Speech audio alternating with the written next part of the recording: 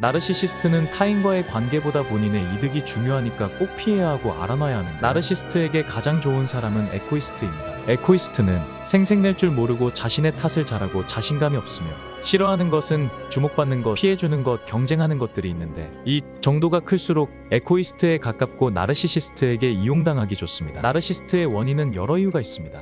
유전학, 생물학적, 학대, 지나치게 칭찬받는 환경, 부모의 방종. 나르시스트의 가장 큰 본성은 자기 혐오에 있습니다. 이들은 기본적으로 남들에게 보이기 싫은 자신의 진짜 모습을 감추기 위해 거대하게 자신을 포장하고 그것을 진짜로 믿게 되는 경우가 있습니다. 본인이 틀린 걸 인정하기가 너무 수치스러워서 본인이 아닌 세상이 틀렸다고 왜곡하는 것입니다. 특권의식, 무한한 성공, 탁월함, 권력, 아름다움에 집착을 하는 특성이 있습니다. 현실적이기보다 이상적인 생각에 사로잡혀 있습니다. 타인에 대한 질투심이 높고 타인이 자신을 질투한다고 믿습니다. 자존감이 낮지만 동시에 자신이 우월하다고 믿기도 하기 때문입니다. 나르시스트에도 내연적, 외연적 스타일이 있는데요. 외연적 나르시스트는 오만하고 자신만만한 성격이 특징입니다. 감정이입이 부족하고 공격적인 성향이 있으며 다른 사람들을 이용하고 착취하고 싶어하고 주로 보여주기식 행동을 합니다. 내연적 나르시스트는 일상에서 구분하기 힘들 수도 있습니다. 그들은 예민한 스타일입니다. 방어적인 태도를 취하고 있으며 소극적이고 착한 척을 하지만 오히려 연민의 감정을 건드리며 타인에게 관심을 끌어내는 성향이 있습니다. 내연적, 외연적 성향을 모두 가지고 왔다 갔다 하기도 합니다.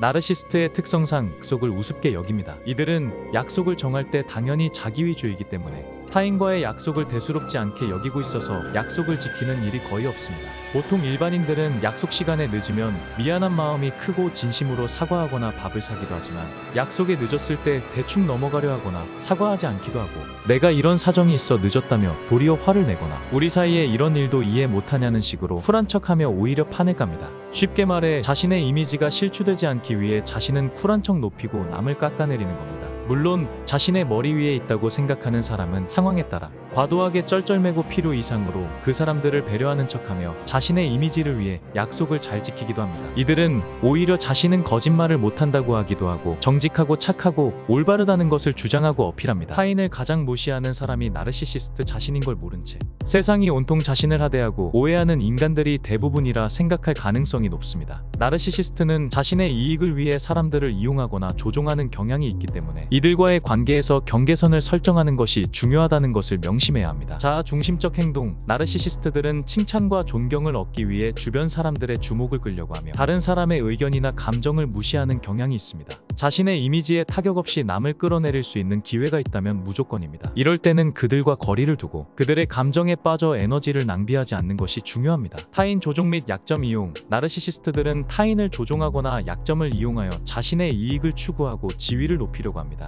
이에 대한 경계를 가지고 그들의 행동을 사전에 파악하고 대응하는 능력을 키워야 합니다. 상황에 따라 나르시스트에게 주도권을 주면 흥분하며 남 탓을 하거나 막말을 하는 등 실수할 확률이 높습니다. 자기 표현과 자아 강화, 나르시시스트는 조종하려는 이용 가능한 대상을 찾습니다. 그러므로 당신의 욕구와 감정을 분명하게 표현하면 그들이 당신을 조종하기 어려워질 것입니다. 조기 경계 설정, 나르시시스트와의 관계에서 초기에 경계를 세우는 것이 중요합니다. 친구가 되거나 관계를 맺게 된다면 그들의 조종과 약점 이용에 빠지기 쉬울 수 있습니다. 따라서 처음부터 나르시시스트와의 거리를 유지하며 그들이 당신의 삶에 개입하지 못하도록 주의하세요. 토론이나 언쟁을 할 때 자기한테 유리한 쪽으로 억지스럽게 핀트를 돌리며 대화 자체를 치졸하게 엎어버리기도 합니다. 이들과 토론을 하려면 말하는 것부터 필요한 모든 증거가 전부 있어야 좋습니다. 증거가 없다면 아무리 토론을 잘해서 이겼더라도 시간 지나면 자신에게 유리한 방향으로 다시 왜곡되어 있을 가능성이 매우 높습니다. 증거가 있어도 자기 자신을 위한 무적의 논리이기 때문에 조심해야 하는데 증거를 쌓을 수 있는 것이 아니라면 시작조차 하지 않는 게 좋습니다.